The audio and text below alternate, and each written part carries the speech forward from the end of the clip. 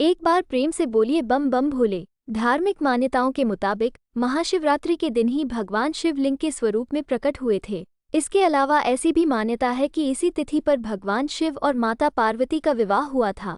ऐसी मान्यता है कि इस दिन भगवान सदाशिव ने परम ब्रह्म स्वरूप से साकार रूप धारण किया था। महाशिवरात्रि पर अविवाहित कन्याएं पूरे दिन उपवास रखते हुए शिव आराधना में लीन रहती है और भगवान शिव से योग्य वर की प्राप्ति के लिए कामना करती है। इसके साथ ही वैवाहिक जीवन जी रहे लोगों की जिंदगी में भी खुशियां बनी रहती हैं। महाशिवरात्रि के दिन शिवलिंग पर जलाभिषेक और रुद्राभिषेक करने और महाशिवरात्रि की पौराणिक कथा का श्रवण करने से सभी तरह के सुख और मनोकामनाओं की पूर्ति होती है। तो फिर चलिए प्यारे भक्तगणों सुनते हैं आज की पौराणिक कथा। लेकिन इस कथा को शुरू करने से पहले आपसे अनुरोध है कि इस कथा को पूरा सुने, बीच में ना छोड़े, अन्यथा आपसे देवों के देव यानी महादेव रुष्ट भी हो सकते हैं। प्राचीन काल में किसी जंगल में एक गुरुद्रोह नाम का एक शिकारी रहता था जो जंगली जानवरों का शिकार करता तथा अपने परिवार का भरण पोषण किया करता था। एक बार शिवरात्रि के दिन जब वह शिकार के लिए निकला, पर संयोगवश पूरे दिन खोजने के बाद भी उसे कोई शिकार न मिला। उसके बच्चों, पत्नी एवं माता पिता को भूखा रहना पड़ेगा। इस बात से वह चिंतित हो गया। सूर्यास्त होने पर वह एक जलाशय के समीप गया और वहां एक घाट के किनारे एक पेड़ पर थोड़ा सा जल पीने के लिए लेकर चढ़ गया, क्योंकि उसे पूरी उम्मीद थी कि कोई न कोई जानवर अपनी प्यास बुझाने के लिए यहाँ जरूर आएगा।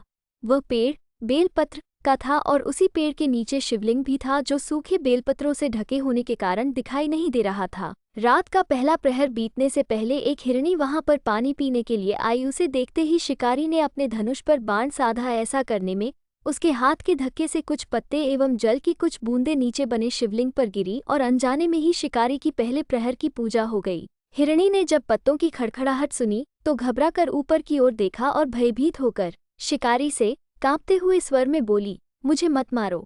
शिकारी ने कहा कि वह और उसका परिवार भूखा है, इसलिए वह उसे नहीं छोड़ सकता। हिरणी ने वादा किया कि वह अपने बच्चों को अपने स्वामी को सौंप कर लौट आएगी, तब वह उसका शिकार कर ले। शिकारी को उसकी बात का विश्वास नहीं हो रहा था। उसने फिर से शिकारी को ये कहते हुए अपनी बात का भरोसा करवाया कि जैसे सत्य पर ही धरती टिकी है, समुद्र मर्यादा में रहता है और झरनों से जल धाराएं गिरा करती हैं, वैसे ही वो भी सत्य बोल रही है।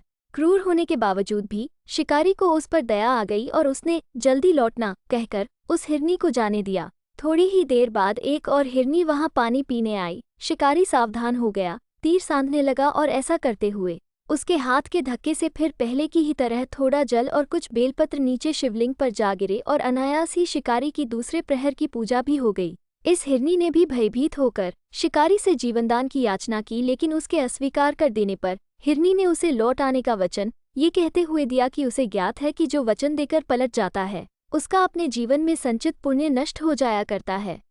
उस शिकारी ने पहले की तरह इस हिरनी के वचन का भी भरोसा कर उसे जाने दिया। अब तो वह इसी चिंता से व्याकुल हो रहा था कि उनमें से शायद ही कोई हिरनी लौट के आए और अब उसके परिवार का क्या होगा। इतने में ही उसने जल की ओर आते हुए एक हिरण को देखा। उसे देखकर शिकारी बड़ा प्रसन्न हुआ। अब फिर धनुष पर बाण चाहने से उसकी तीसरे प्रहर की पूजा भी स्वतः ही संपन्न हो गई, लेकिन पत्तों के गिरने की आवाज से वो हिरण सावधान हो गया। उसने शिकारी को देखा और पूछा, तुम क्या करना चाहते हो? वो बोला, अपने कुटुंब को भोजन देने के लिए तुम्हारा वध करूंगा। वो मृग प्रसन्न होकर कहने लगा, मैं धन्य हूं कि मेरा ये शरीर किसी के काम आएगा। परोपकार से मेरा जीवन सफल हो जाएगा, पर कृपया कर अभी मुझे जाने दो ताकि मैं अपने बच्चों को उनकी माता के हाथ में सौंपकर और उन सबको धीरज बंधाकर यहाँ लौट आऊं।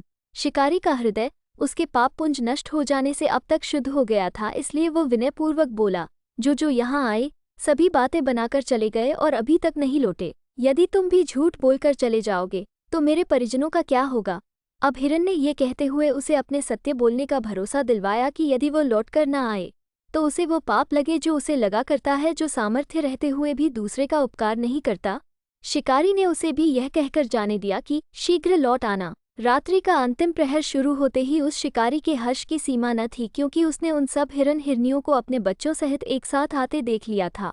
उन्हें देखते ही उसने अपने धनुष पर बाण रखा और पहले की ही तरह उसकी चौथे प्रहर की भी शिव पूजा संपन्न हो गई। अब उस शिकारी के शिव कृपा से सभी पाप भस्म हो गए, इसलिए वो सोचने लगा, ओह, ये पशु धन्य हैं जो ज्ञानहीन होकर भी अपने शरीर से परोपकार करना चाहते हैं, लेकिन धिक्कार है मेरे जीवन को कि मैं अनेक प्रकार के कुकृत्यों से अपने परिवार का पालन करता रहा।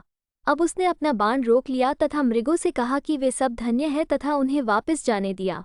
उसके ऐसा करने पर भगवान शंकर ने प्रसन्न होकर तत्काल उसे अपने दिव्य स्वरूप का दर्शन करवाया तथा उसे सुख समृद्धि का वरदान देकर गुह नाम प्रदान किया। मित्रों, यही वो गुह था जिसके साथ भगवान श्री राम ने मित्रता की थी। शिव जी जटाओं में गंगा जी को धारण करने वाले, सिर पर चंद्रमा को सजाने वाले, मस्तक पर त्रिपुंड तथा तीसरे नेत्र वाले, कंठ में कालपाश तथा रुद्राक्ष माला से सुशोभित, हाथ में डमरू और त्रिशूल है, जिनके और भक्तगण बड़ी श्रद्धा से जिन्हें शिवशंकर, शंकर, भोलेनाथ, महादेव, भगवान आशुतोष, उमापति, गौरीशंकर, सोमेश्वर, महाकाल, ओंकारेश्वर, वैद्यनाथ, नीलकंठ, त्रिपुरारी, सदाशिव तथा अन्य सहस्त्रों नामों से संबोधित कर उनकी पूजा अर्चना किया करते हैं।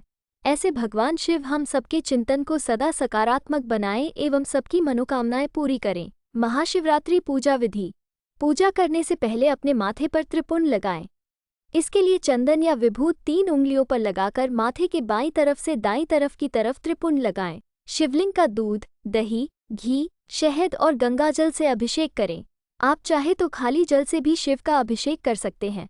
अभिषेक करते हुए महामृत्युंजय मंत्र का जप करते रहना चाहिए। शिव को बेलपत्र, आक धतूरे का फूल, चावल, भांग, इत्र जरूर चढ़ाएं। चंदन का तिलक लगाएं। धूप दीपक जलाएं। शिव के मंत्रों का जाप करें। शिव चालीसा पढ़ें। खीर और फलों का भोग लगाएं। शिव आरती उतारें। संभव हो तो रात्रि भर जागरण करें। घर के पास शिव मंदिर नहीं है तो आप घर पर ही मिट्टी के शिवलिंग बनाकर उनका पूजन कर सकते हैं। महाशिवरात्रि 2024 तिथि। पंचांग के अनुसार फाल्गुन माह के कृष्ण पक्ष की चतुर्दशी तिथि की शुरुआत 8 मार्च को संध्याकाल 9:57 पर होगी। इसका समापन अगले दिन 9 मार्च को संध्याकाल 6:17 पर होगा। शिव जी की पूजा प्रदोष काल में की जाती है, इसलिए उदय तिथि देखना जरूर नहीं होता है। ऐसे में इस साल महाशिवरात्रि का व्रत 8 मार्च 2024 को रखा जाएगा। महाशिवरात्रि 2024 पूजा के लिए मुहूर्त। 8 मार्च को महाशिवरात्रि के दिन शिव जी की पूजा का समय शाम के समय 6:25 से 9:28 तक है। महाशिवरात्रि व्रत का पारण 9 मार्च को सुबह 6:37 से दोपहर 3:28 के बीच तक किया जाएगा।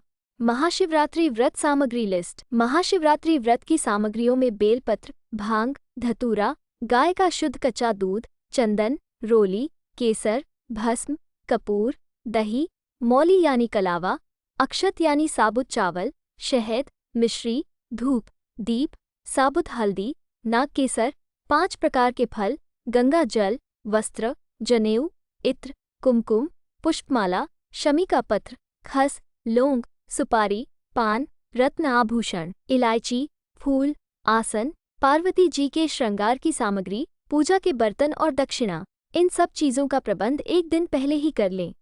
तो प्यारे साथियों, आज की यह जानकारी आपको कैसी लगी? अगर आपको अच्छी लगी हो तो वीडियो को लाइक और शेयर करें।